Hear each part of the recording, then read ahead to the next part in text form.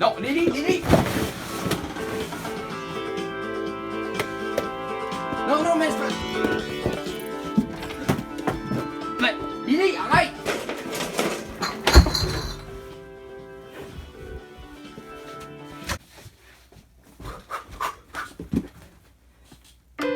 Bienvenue sur Darkstar.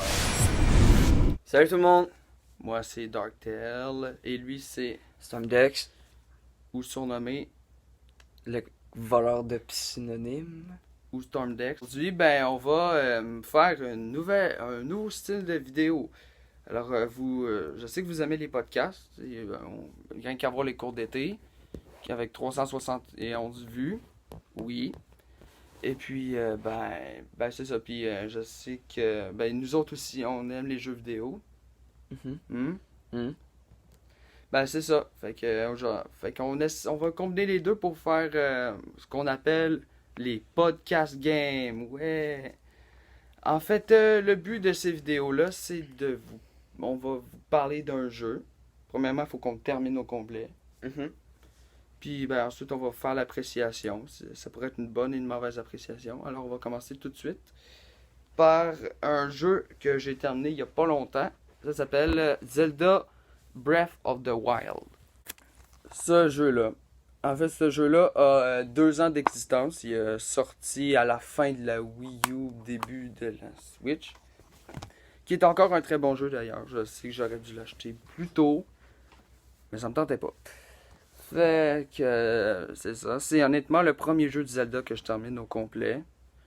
Je suis assez content du résultat que ça a donné.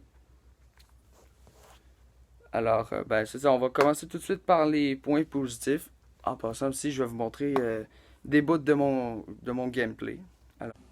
Alors, ce que j'aime beaucoup plus de ce jeu-là aussi, c'est que, honnêtement, les graphiques sont quand même assez réalistes.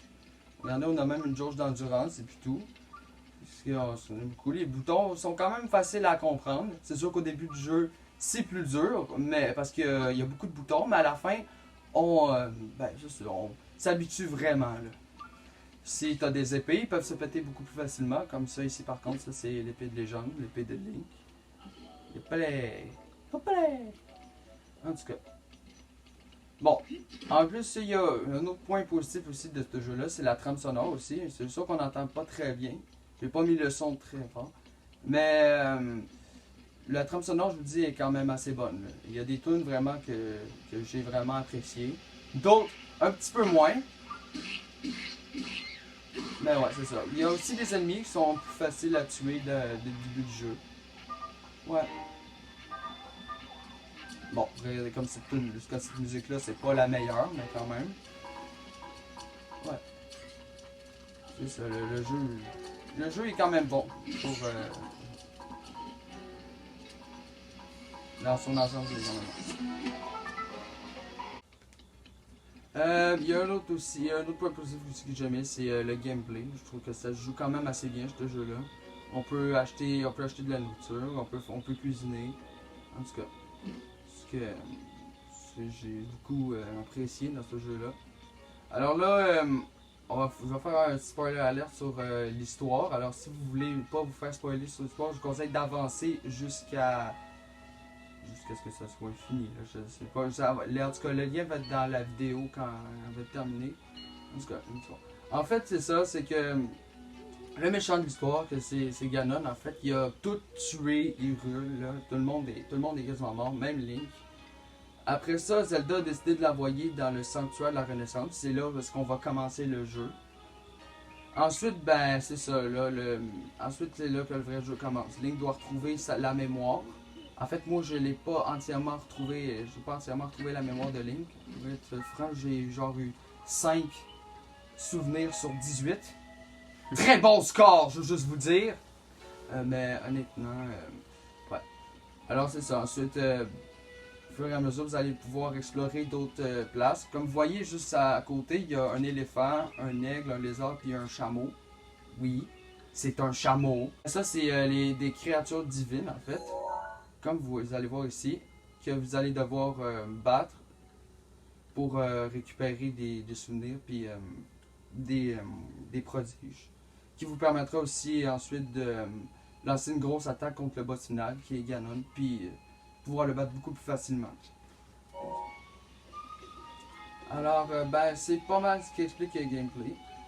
Honnêtement, je sais pas si j'ai dit beaucoup de points positifs parce que je trouve que c'était très vague comme point positif. Je trouve que le jeu est assez bien. Mais là, c'est sûr que c'est pas tout du positif.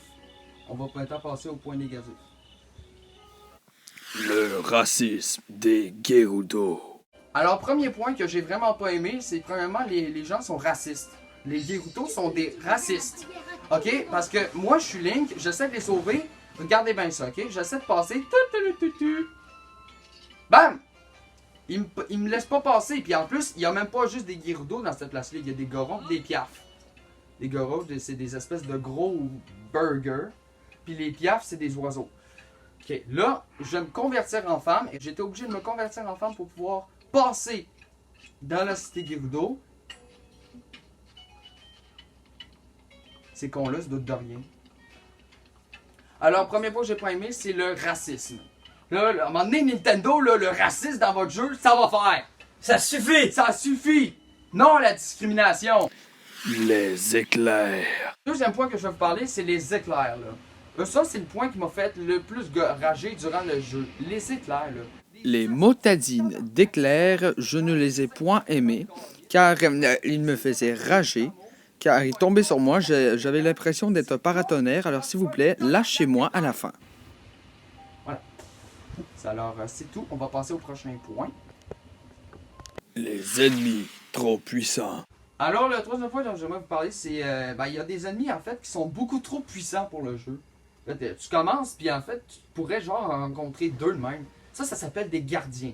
Les gardiens, en fait, ils vont te poursuivre dans le jeu. Vous allez en voir souvent. Des fois, ça, avec les pattes, c'est encore plus dur à tuer. Parce que les gardiens sans pattes, c'est plus facile parce que les autres, ils peuvent pas se déplacer. Mais quand ils se déplacent, courez. Parce que, vous pouvez vous faire tuer. Lui, heureusement, il est mort. Mais son laser vous tue genre en un coup. Si vous êtes vraiment genre faible, là, même si je vais être genre à 14 cœurs, comme moi en ce moment, c'est sûr que j'ai genre 5 cœurs de plus avec la prière de Mifa. Mais honnêtement, c'est ça. Ça, c'est vraiment un point que j'ai vraiment moins apprécié du jeu, là. C'est même pas un des ennemis les plus forts en plus. Et il y a des ennemis beaucoup trop puissants pour le jeu. C'est ça que j'ai moins aimé. Alors, c'est ça. Là, on va passer au dernier point que j'ai moins aimé du jeu. Attends une minute, ça, c'est La lune de sang. Et puis finalement, même si vous arrivez à esquiver tous les points que je vous ai dit, là, c'est sûr qu'il y a un moment dans le jeu qui ça va bien vous faire rager. Et ça s'appelle la lune de sang. La lune de sang, moi j'ai appris que pendant ce temps-là, les ennemis sont même pas à leur plein potentiel. C'est seulement quand ils atteignent la lune de sang que là, ils sont le plus forts, ils sont leur plus forts et à leur plus agressifs. Comme par exemple, la première fois que je l'ai eu, c'était quand je montais le domaine des auras. En fait, quand vous allez le voir à un moment donné, vous allez sûrement atteindre ce jeu-là si vous décidez de ne pas aller affronter Ganon tout de suite. Le domaine des auras, en fait, c'est des bonhommes qui habitent dans l'eau. Mais c'est ça. Moi, à un moment donné, la première fois que j'ai vu ça, je pensais que j'étais un game over parce qu'il y avait un gros écran rouge. Mais là, c'est juste Zelda qui m'avertissait que la lune de sang les rendait plus forts, plus agressifs. Ouais. Puis après ça, 2 secondes plus tard, je monte la montagne. Je check à ma gauche, il n'y a rien. À ma droite non plus, il n'y a rien. Je regarde à ma gauche et il y a un ennemi à côté de moi. Comment il a fait pour se déplacer aussi vite que ça, je sais pas. Mais en tout cas, peu importe. Alors, c'était tout pour cette vidéo-là. Alors, j'espère que ce nouveau style de vidéo-là vous aura plu. Et n'hésitez pas à partager, liker la vidéo. Vous pouvez aussi vous abonner à Info Darkstorm, Scaffold, puis même Stormdex va créer une chaîne solo bientôt. On sait pas trop comment elle va s'appeler, mais pour Pour le moment, ouais. Vous pourrez aussi vous abonner à cette chaîne-là. Au revoir et au prochain podcast game.